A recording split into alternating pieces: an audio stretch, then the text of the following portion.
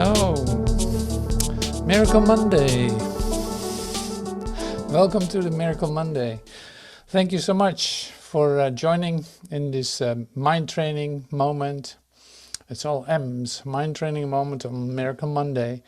And so using very specific lessons today to open our eyes and to start seeing, not with your eyes, but to get a new insight, a new way of seeing. So all this is helping, in fact, and all this is part of the training, and we cannot skip a step. So that's why we do it thoroughly and stand still whenever is necessary. So there's lesson 18, I think it is, that I'm going to use. And there's a part in chapter 24 of A Course in Miracles that I use, and that is also very specific. The inner shift, it is called. And it's great how this supplements one another and supports you in your awakening, that's pretty wild. It is kind of helpful to start with reading some of the review lessons, just to come into the habit of letting go, letting go, letting go. Setting your mind in the mode of letting go and not doing anything else with it, so that you're going to be open to receive what is being shared. And it takes you out of your conceptual poop of yourself. It's a real cleanup today. Yeah, okay, that's enough of that. Because it's with our thoughts that we have to work. That's obvious. And like, it's not that we have to do something with the thoughts. Like the ego would love that. Like your human desire craves for that. But we're not doing that. So we work with your thoughts, but to get them out of the way. So, and offer a possibility for the light to come in instead. So that is the inner shift, going from the conceptual, like I said, throwing that out or letting that go and allowing space to occur for your consciousness to rise, in which miracles are natural, and it's not going to be a struggle then. So anyway, so that's the plan. As far as I can tell. And the words that are coming to me, I did not make them up. So it's unbelievable what comes out of my mouth. So yeah, I'm completely trusting that. So I'm going to read a couple of review lessons just to do some mind gymnastics and some sanity training, so to speak. Because this is a day-by-day activity, this is continuously going on. It's a day-by-day that you do this. Every day there's more, there's always something that clutters your mind, so to speak, and it asks for undoing. If you're on this transformational path and you want to get rid of it. If you want to wake up out of this dream, this is the way to do it. Like this is the fast lane to me. My experience is that this is the fast lane to get to that. Speaking deeply from my own experience, I've been doing this for some time and discovered that this could help me, like within 24 hours, to have a clear mind just in the moment that I needed it so badly. And from that day on, I started using this on a daily basis. And yeah, so that's great. That's already 22 years ago. I can't believe it. So anyway, I end up with the last lesson. My thoughts. Oh, I see no neutral thoughts. That's the last one we're going to read today. And I continue with that lesson. So I start here. My thoughts do not mean anything. I have no private thoughts, yet it is only private thoughts of which I am aware. What can these thoughts mean? They do not exist, and so they mean nothing. Yet my mind is part of creation and part of its creator. Would I not rather join the thinking of the universe than to obscure all that is really mine with my pitiful and meaningless private thoughts?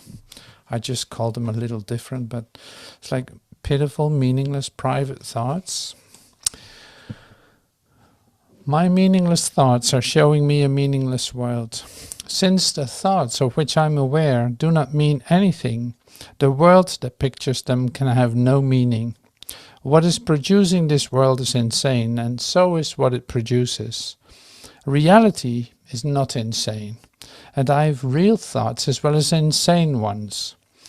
I can therefore see a real world if I look to my real thoughts as my guide for seeing. I am upset because I see a meaningless world. Insane thoughts are upsetting. They produce a world in which there is no order anywhere. Only chaos rules a world that represents chaotic thinking. And chaos has no laws. I cannot live in peace in such a world. I am grateful that this world is not real, and that I need not see it at all unless I choose to value it. And I do not choose to value what is totally insane and has no meaning. A meaningless world engenders fear. The totally insane engenders fear because it is completely undependable and offers no grounds for trust. Nothing in madness is dependable. It holds out no safety and no hope. But such a world is not real. I have given it the illusion of reality and have suffered from my belief in it. Now I choose to withdraw this belief and place my trust in reality. In choosing this, I will escape all the effects of the world of fear, because I am acknowledging that it does not exist. God did not create a meaningless world. How can a meaningless world exist if God did not create it? He is the source of all meaning, and everything that is real is in his mind. It is in my mind too, because he created it with me. Why should I continue to suffer from the effects of my own insane thoughts when the perfection of creation is my home? Let me remember the power of my decision and recognize where I really abide. My thoughts are images that I have made. Whatever I see reflects my thoughts. It is my thoughts that tell me where I am and what I am. The fact that I see a world in which there is suffering and loss and death shows me that I'm seeing only the representation of my insane thoughts, and am not allowing my real thoughts to cast a beneficent light on what I see. Yet God's way is sure. The images I have made cannot prevail against him, because it is not my will that they do so. My will is his, and I will place no other gods before him. I have no neutral thoughts. Neutral thoughts are impossible because all thoughts have power. They will either make a false world or lead me to the real one. But thoughts cannot be without effects. As the world I see arises from my thinking errors, so will the real world rise before my eyes, as I let my errors be corrected. My thoughts cannot be neither true nor false. They must be one or the other. So, and this is our lesson for today, then I see no neutral things. What I see witnesses to what I think. If I did not think, I would not exist, because life is thought. Let me look on the world I see as the representation of my own state of mind. I know that my state of mind can change, and so I also know the world I see can change as well. So this is the review from this little booklet, like the I'm Sustained by the Love of God, the review of the first 50 lessons. It's available in PDF form. But I told you that already. So this is the lesson. I see no neutral things. So we read the review of that. So, and before we go any further in that lesson, I will use a bit of this of chapter 21. I said chapter 24, but it's chapter 21. So, chapter 21, the title of chapter 21 is The Inner Picture. So everything is happening in you. So there's a lot in chapter 21. Let me see. It's a great chapter, like the inner picture, chapter 21. It has what is it? Oh yeah, the Forgotten Song. That is the title, the Forgotten Song. So I forgot about it too. It's like the Forgotten Song. That's one of the parts in chapter 21. And the responsibility for sight. So it's also to do with vision. So chapter 21 is great to use for waking up. It's like everything is in there. That's really lovely. But we use the last part of it. And it's called The Inner Shift. It's on page 210 of the Urtext manuscripts. So the inner shift, I'm using the first paragraph for now. Are thoughts then dangerous? Are thoughts then dangerous? To bodies, yes. The thoughts that seem to kill are those which teach the thinker that he can be killed. And so he dies because of that what he learned. He goes from life to death, the final proof he valued the inconstant more than the constancy. Surely he thought he wanted happiness, yet he did not desire it because it was the truth and therefore must be constant. The constancy of joy is a condition quite alien to your understanding. Yet, if you could even imagine what it must be, you would desire it, although you do not understand it. So that is crypto language. If you read it just as the words, like you have no idea what that is about, right? So why am I reading this to you? So it's like the fundamental part in this is then, like, you don't know joy. As long as you believe that you live in a temporal state of life, so to speak, based on death, that you are here, you were born here, you stay here for a while, and then you pass on, you die. Like you die, you stop existing as this identity. So this is all, let's say, it's a fundamental misconception. So today I was reading in the manual for teachers, and one of the questions in the manual for teachers too is like, what is death? And you see that whole idea spread out and say made clear to you what it actually entails. So it's like you cannot believe in it a little bit. If you believe in it a little bit, that obscures your mind to receive and to be in an experience of the love of God, of life. So the smallest validation of death is already demonstrating that to you. It is impossible. When you believe that, it is impossible for you to experience the love of God or come into communication with God. So this needs to be very well understood, as you can imagine. So there's no halfway. There's no something like a little bit. Like, well, sometimes, or this or that. Like you make a little agreement with yourself in what you believe. And that can waver. We all know this. It's like you believe in some kind of gray area in which you're going to discover, sometimes it's this and sometimes it's that. It's like there's a polarity going on. No, that is not it. Like in that state of mind, you're not able to receive to receive the grace of God. You're just, in fact, closed in an idea that you are a separated unity based on this physical thing that you identify with, and that obscures to you, in fact, that idea, that belief system obscures for you the possibility of the light and love of God. So even the slightest, somewhere in the course it says, like, even the slightest frown, if you have like, well, I'm not sure, is already like an validation of the existence of death, because you're questioning something.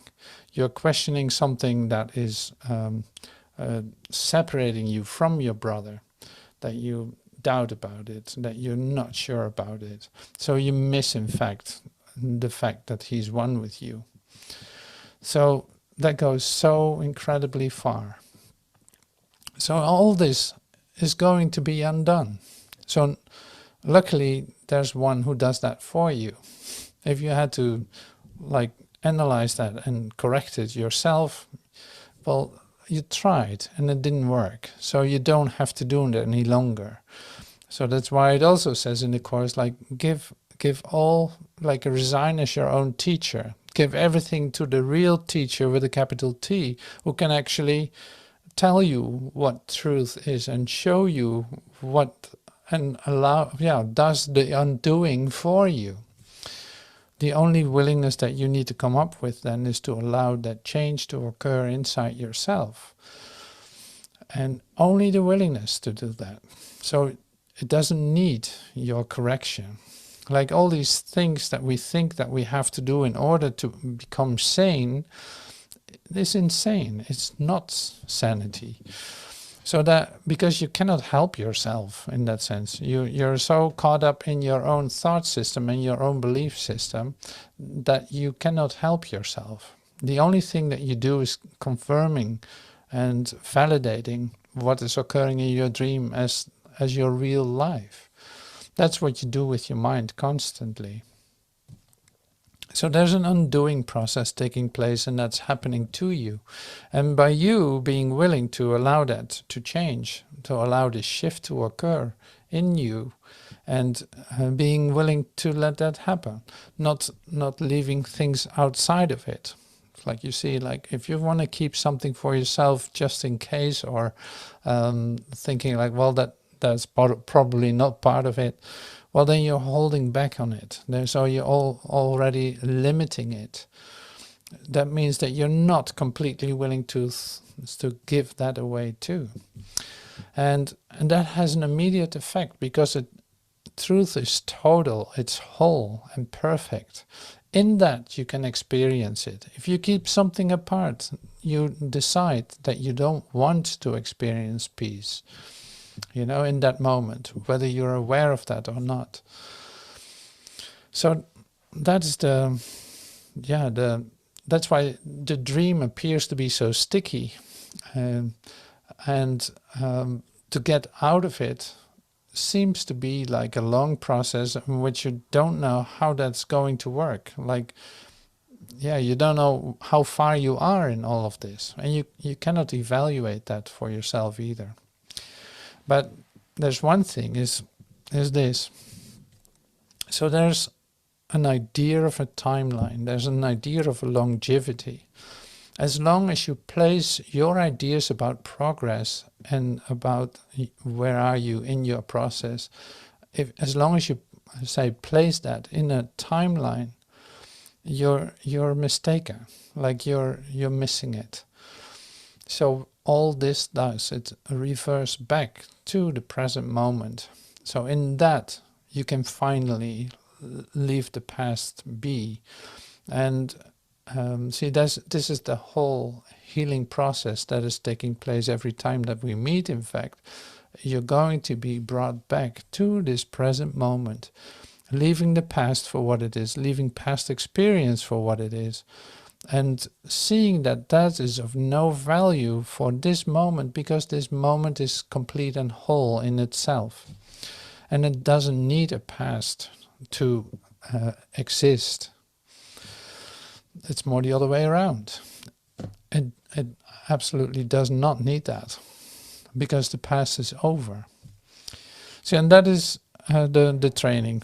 So we practice that by reading this little book and say training our mind in a systematic way to allow this undoing to take place, to become open, and to in fact not know. And seeing in that lies all knowledge. By you not knowing, if you have an idea about how you can solve it, it's too late. You're caught in it. You're caught in your own web, and you will start over again. Okay, so let's take a look at the first paragraph one more time. Are thoughts then dangerous? Well, in that sense, yeah, to bodies, yes. The thoughts that seem to kill are those which teach the thinker that he can be killed. And so he dies because of what he learned. He goes from life to death, the final proof he valued the inconstant more than constancy.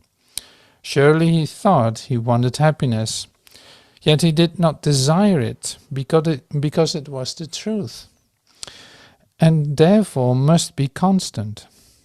Truth is constant. The constancy of joy is a condition quite alien to your understanding. Yet if you could even imagine what it must be, you would desire it, although you understand it not. Well, this is funny because it's like your first, at least I'm speaking from my own mind. I know that I thought like this, that like there's an old thought pattern that I recognize when I read this. One of the things that you could think about truth and being still and actually communicating with God is that it's boring. It's not going to do anything for you. You can think that, it's like, well, there are other things to do too, right? And this is a very ancient idea in my mind, but it's fun to take a look at it, because you don't, in a certain sense, you don't like constancy. So you do everything to turn your life over, like from this way to that way, and try something else, take a detour, make it exciting. So you do all kinds of things with it. At least you have done, and maybe now you start to do it less, but it's like this is a normal thing for a human being. You want to be distracted. That's why all this distraction is popping up in your mind. So that can be the first resistance to truth. That's just one of them. And there are many of them. So it's like, it seems like if you give away your will in what you want, that you're going to miss out on something. We said that the other day. It's like talking about sacrifice. Thinking that leaving your nets is a sacrifice. Or thinking that, say, giving yourself completely to God would be a sacrifice.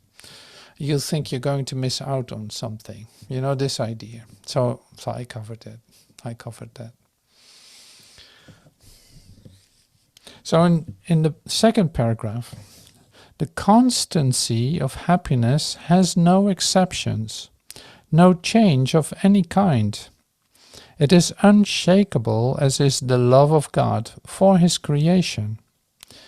Sure in its vision, as its creator is, what he knows, it looks on everything and sees it is the same. It sees not the ephemeral, for it desires that everything be like itself, and sees it so.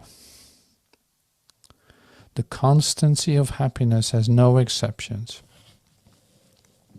Now, if you take a look at that, like the constancy of happiness does not have an exception.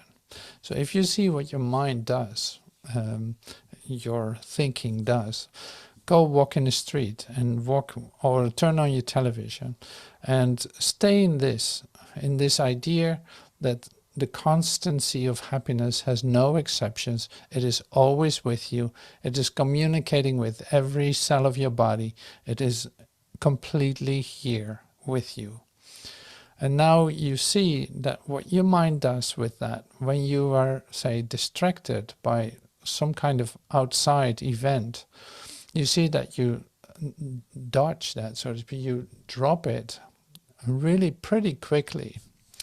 This is just a tendency of the human mind to give that up, to give up hope immediately, or to give up happiness immediately, because you're actually looking for the opposite. Your mind cannot do anything but looking for contrast, for conflict, in fact.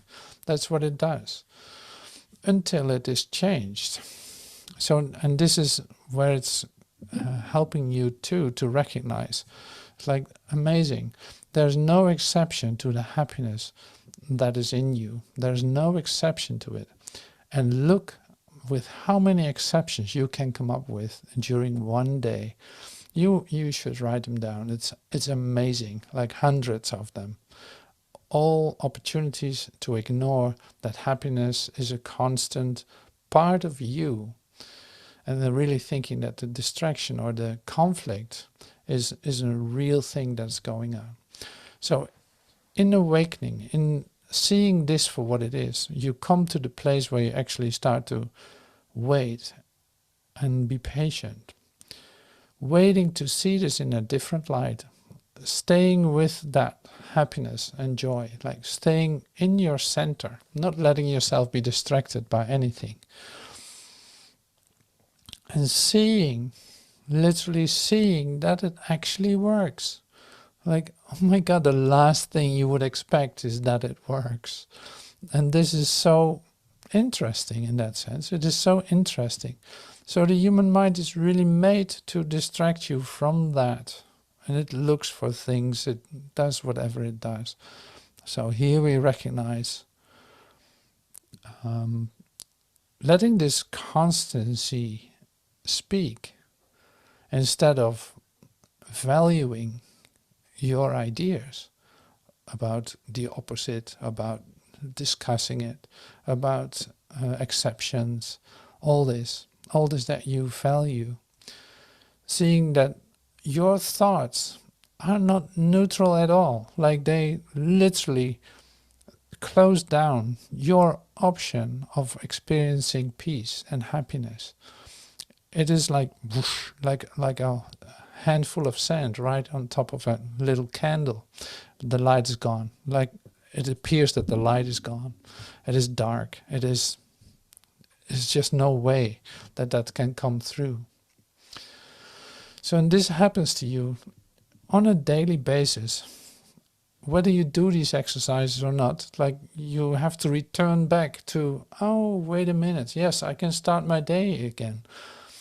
Oh my God, there is no exception to the happiness of and love of God. There's no exception. I found already another 50. Like, no, I don't have to do that any longer. So I can return back to this point where I start to recognize, oh, the constancy of God is with me. The peace of God is shining in me now. It's like that is happening now.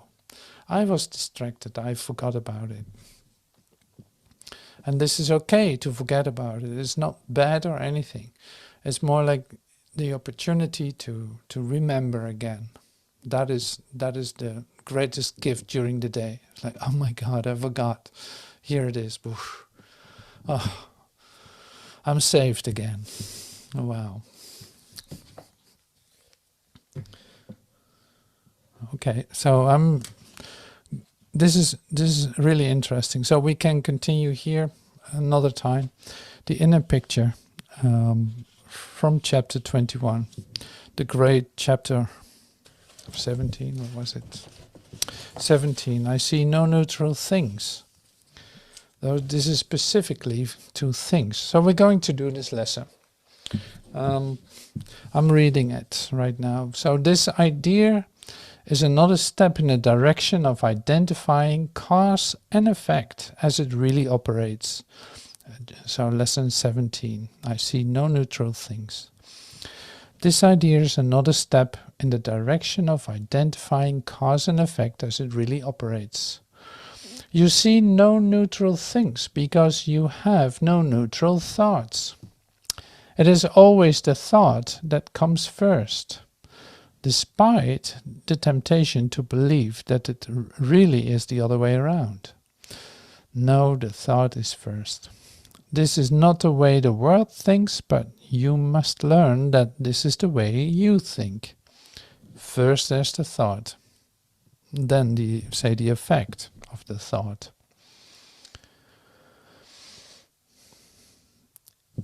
If it were not so, perception would have no cause, and would itself be the cause of reality.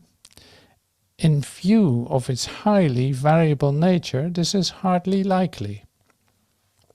So here it says then, perception, the things that you perceive, you think that they are first before you think about it.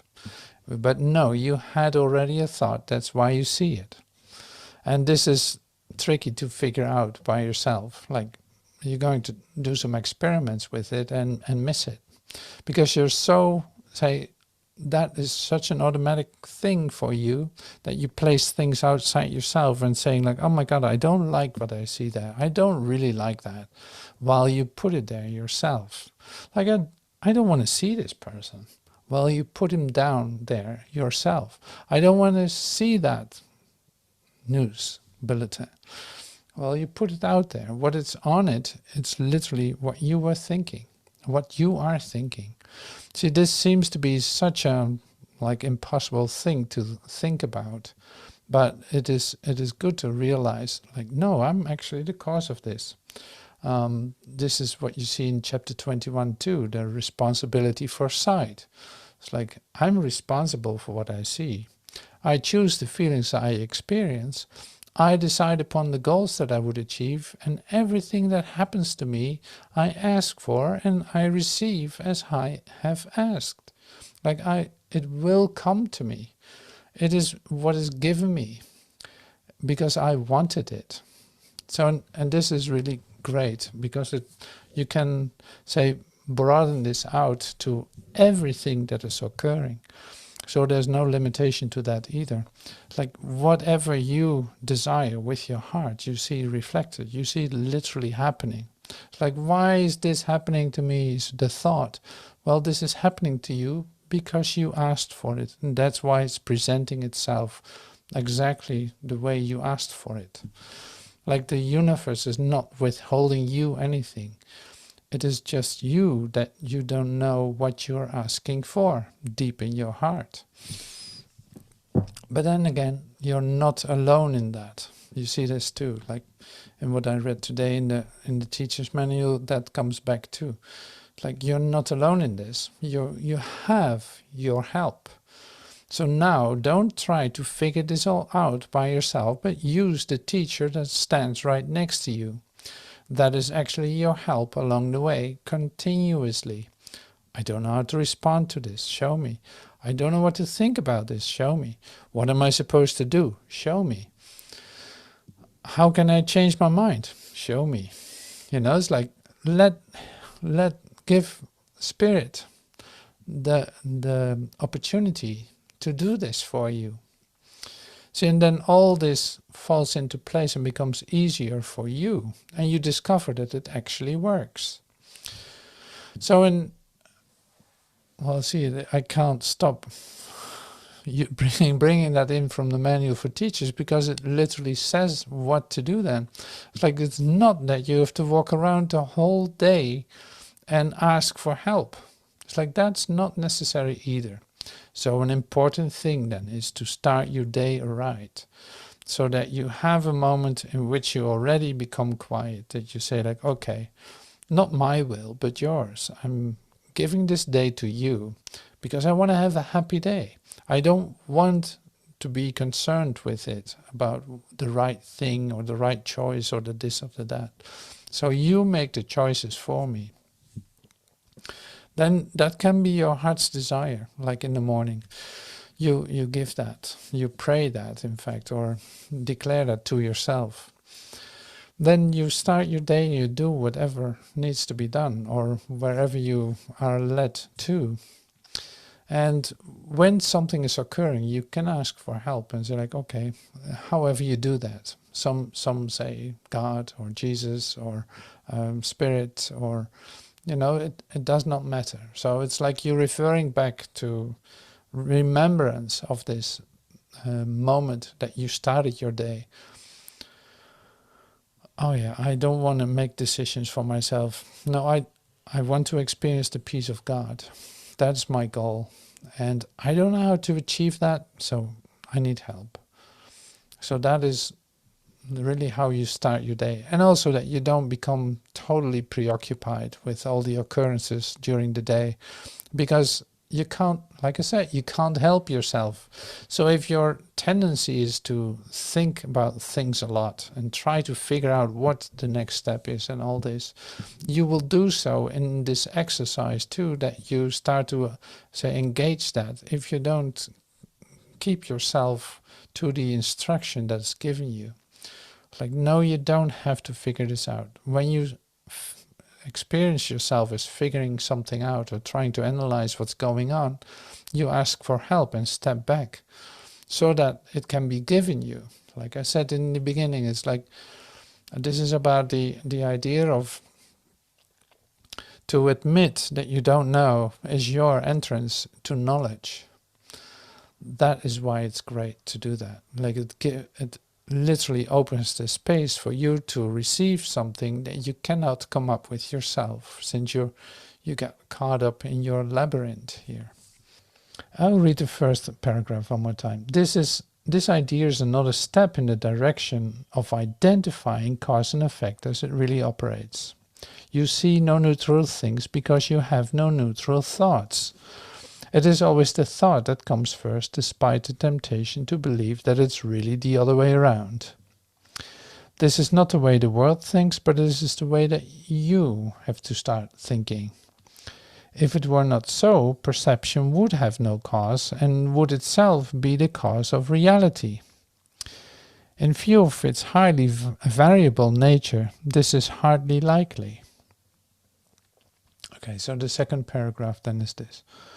In applying today's idea, say to yourself with eyes open, I see no neutral things because I have no neutral thoughts.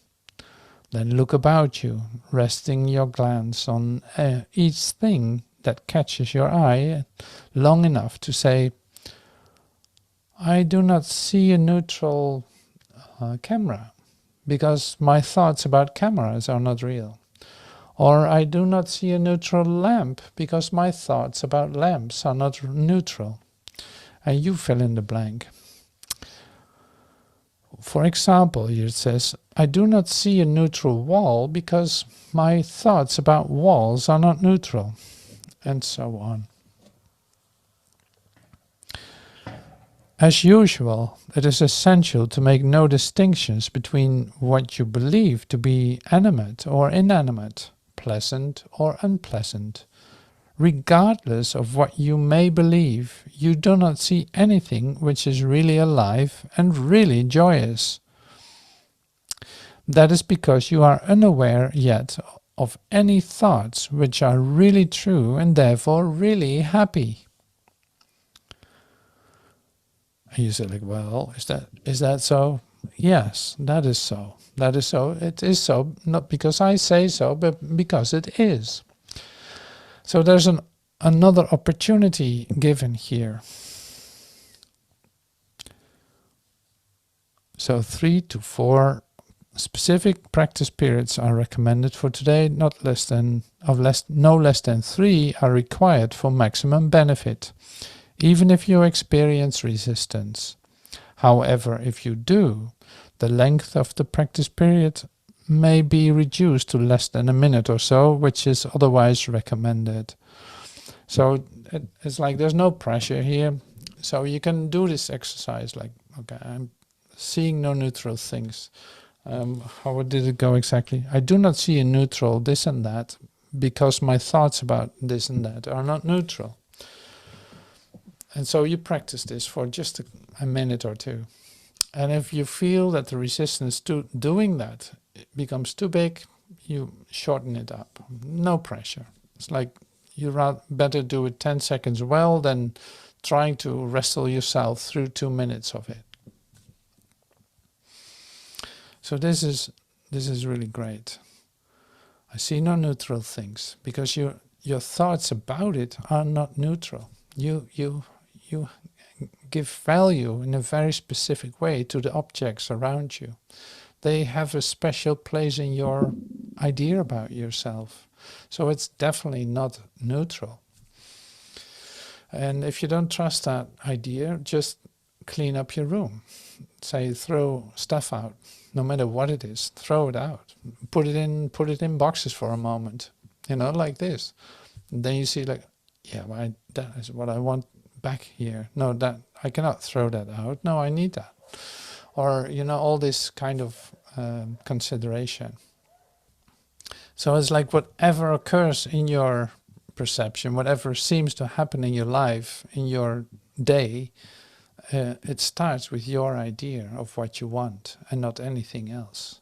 So this is already like a great experiment you can do or realize during the day too. It's like, I can't believe it, but there's nothing outside of me that determines anything for me. I'm literally placing myself in this because I wanted it, apparently.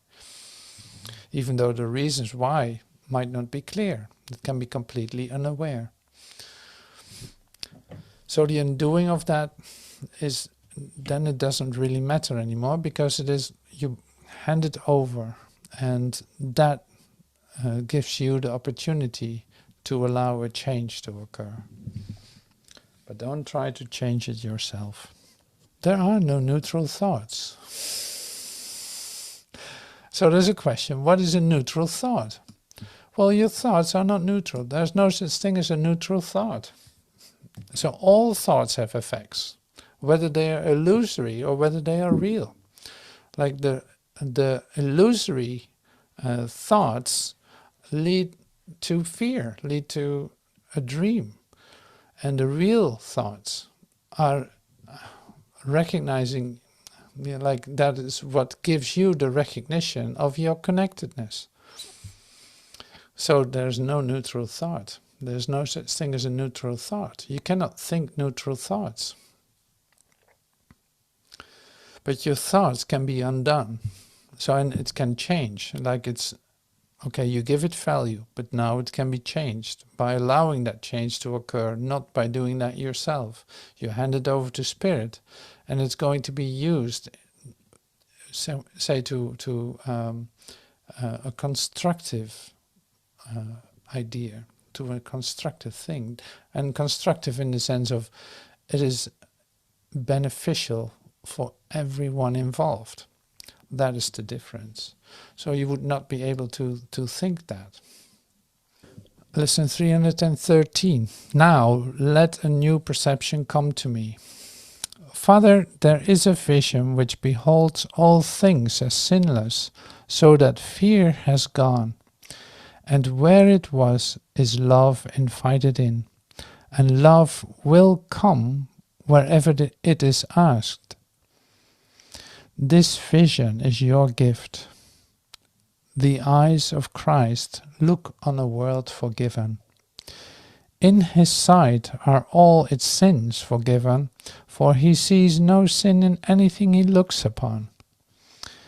Now let his true perception come to me, that I may waken from the dream of guilt and look within upon my sinlessness, which you have kept completely undefiled upon the altar, to your Holy Son, the self with which I would identify. Let us today behold each other in the sight of Christ. How beautiful we are, how holy and how loving. Brother, come and join with me today. We save the world when we are joined, for in our vision it becomes as holy as the light in us.